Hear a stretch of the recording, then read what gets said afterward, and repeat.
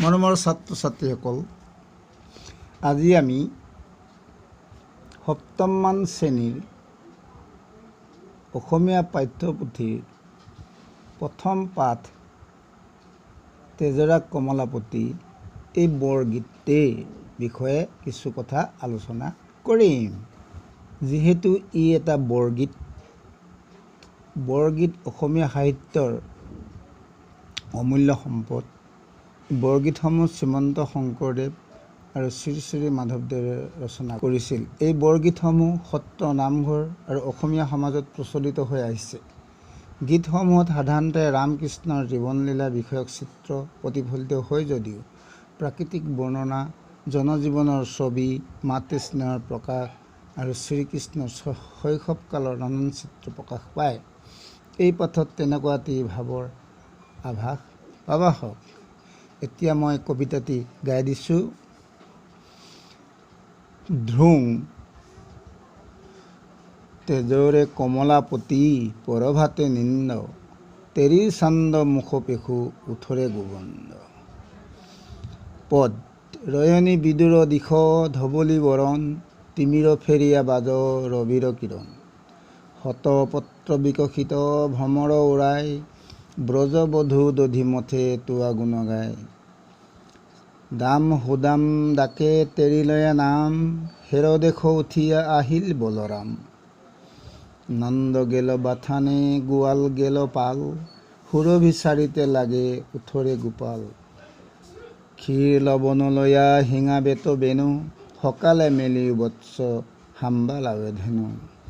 কহয় মাধৱ মাই কিনু তপচাইলা, তিজগত পতি হৰি ৰাখোৱাল পাইলা। এতিয়া আমি এই কবিতাটোত থকা কিছুমান শব্দৰ অৰ্থ জানিবলৈ বিচাৰিম।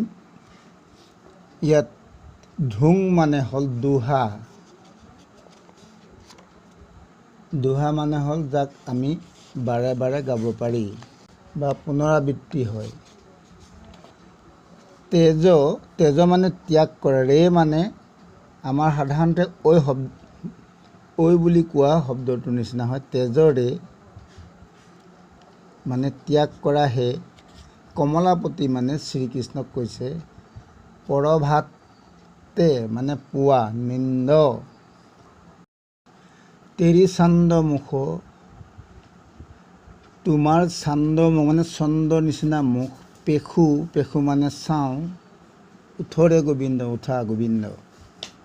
এতিয়া পদলৈ আহোঁ। ৰয়নী বিদুৰ দিশ ধৱলী বৰণ, তিমিৰ ফেৰিয়া বাজ ৰবিৰ কিৰণ। ৰয়নী মানে ৰাতি, বিদুৰ মানে আঁতৰি যোৱা বহুত দূৰলৈ, ধৱলী বৰণ মানে বগা বৰণৰ, তিমিৰ মানে আন্ধাৰ, ফেৰিয়া মানে ফালি, বাজ মানে বাহিৰ হ'ল, ৰবিৰ কিৰণ মানে সূৰ্যৰ পোহৰ।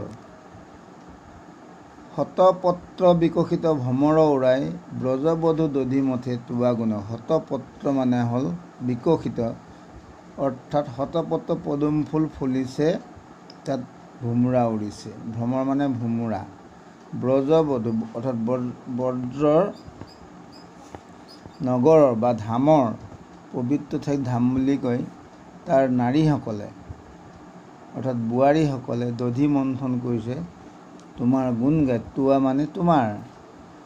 দাম সুদামে ডাকে তেৰিলয়া নাম, হেৰদেশ উঠিয়া আহিল বলৰাম। দাম সুদাম শ্ৰীকৃষ্ণৰ দুজন বন্ধু।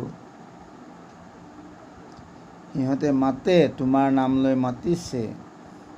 তেৰিলয়া মানে তোমাৰ নাম লৈ, হেৰদেশ উঠিয়া আহিল বলোৰামেও চোৱাচোন হৌৱা উঠি আহিল।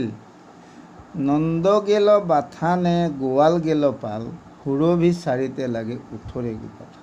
নন্দ গেল অৰ্থাৎ নন্দ গেল মানে গ'ল, বাথানে খুটি লৈ, গোৱাল গেল পাল গোৱাল সকলেও গৰু, পাল মানে হ'ল গৰুৰ দাগ, গৰু গোৱা পাল লৈ গ'ল। সুৰভি চাৰিতে লাগে উঠৰে গোপাল। সুৰভি এজনী গাই, যাৰ কামধেনু বুলি কয়, যাক ইচ্ছা কৰিলে যিকোনো পাব পাৰি, তেনেকুৱা এজনী গাই, তাক চৰাবৰ কাৰণে তুমি উঠিব লাগিব কৈছে। তুমি উঠা গোপাল মানে শ্ৰীকৃষ্ণক কৈছে। ক্ষীৰ লবনো লয়া শিঙা বেত বেনু সকালে মেলিও বৎস হাম্বালাৱে ধুনু। ক্ষীৰ লবনো মানে গাখীৰ তপত কৰি ডাঠ কৰাটো ক্ষীৰ বুলি কয়। লবনো মানে হ'ল মাখন।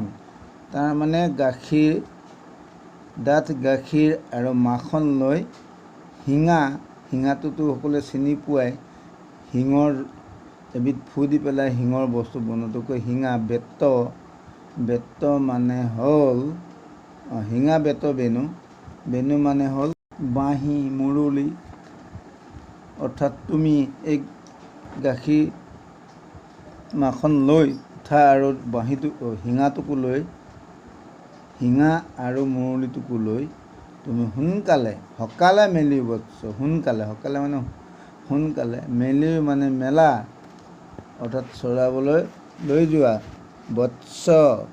বৎস মানে গৰু পোৱালি, হাম্বলা গৰু পোৱালিক চাই, ধেনু মানে গাই গৰুজনী তাৰ পোৱালিটোক চাই হেম্বেলিয়াইছে। কহয় মাধৱ মাই কিনো তপসাইলা, তিজগত পতি হৰি ৰাখুৱাল পালা। কহয় মাধৱ মাই, ইয়াত মাধৱদেৱৰ বিষয়ে কৈছে। মাধৱদেৱে কৈছে, মাই মানে মা, কিনো তপস্যা মানে কি তপস্যা কৰিলা, তিজগত পতি ৰাখুৱাল পাইলা। তিনি জগত, স্বৰ্গ মৰ্ত্য পাতালক তিনি জগত বুলি কয়, অৰ্থাৎ তিজগত বুলি কয়। পতি হৰি ৰাখুৱাল, অৰ্থাৎ গৰখীয়া হিচাপে তুমি পাইছা। উক্ত বৰগীত ফাঁকিত আমি প্ৰাকৃতিক কিছুমান ৰাতিপুৱাৰ প্ৰাকৃতিক দৃশ্য কিছুমান দেখিবলৈ পাইছোঁ। যেনে ৰয়নী বিদুৰ দেশত ধৱলী বৰণ, তিমিৰ ফেৰিয়া বাজৰ অভিৰ কিৰণ, শতপত্ৰ বিকশিত ভ্ৰমৰ উৰাই, ব্ৰজবধূ দধি মুঠে তোৱা গুণ গায়। এইখিনি হ'ল পুৱাৰ ভাগত যিখিনি আমি প্ৰাকৃতিক পৰিৱেশ পাওঁ, সেইখিনি আমি ইয়াত দেখিবলৈ পাইছোঁ। দাম সুদামে ডাকে তেৰিলে আনে, হেৰ দেশ উঠি আহিলে বলৰাম। এইখিনি যিকোনো মানুহৰ ঘৰত ৰাতিপুৱাৰ সময়ত মাক বাপেকে কেঁচুৱাসকলক উঠিবৰ কাৰণে যিখিনি চেষ্টা কৰে, এইখিনি বিষয়ে ইয়াত আমি জানিব পাৰিছোঁ। নন্দ গেলে বাথানে গোৱাল গেলে, সুৰভি চাৰিতে লাগে উঠৰে গোপাল। এই শাৰীকেইটাই যশোদাই শ্ৰীকৃষ্ণক যিকোনো চল কৰি উঠাবৰ কাৰণে চেষ্টা কৰিছে। তাৰপিছত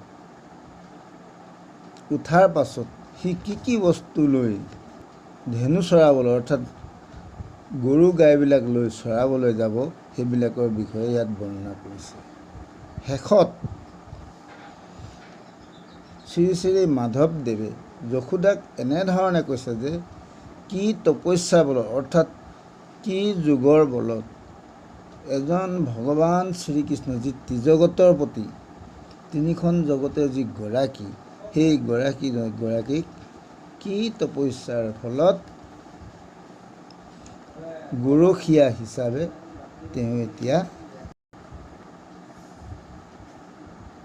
ঘৰত ৰাখিব পাৰিছে, এই বিষয়ে তেওঁ যশোদাক প্ৰশংসা কৰিছে। আজি পাঠটি আমি ইমানতে সামৰিলোঁ।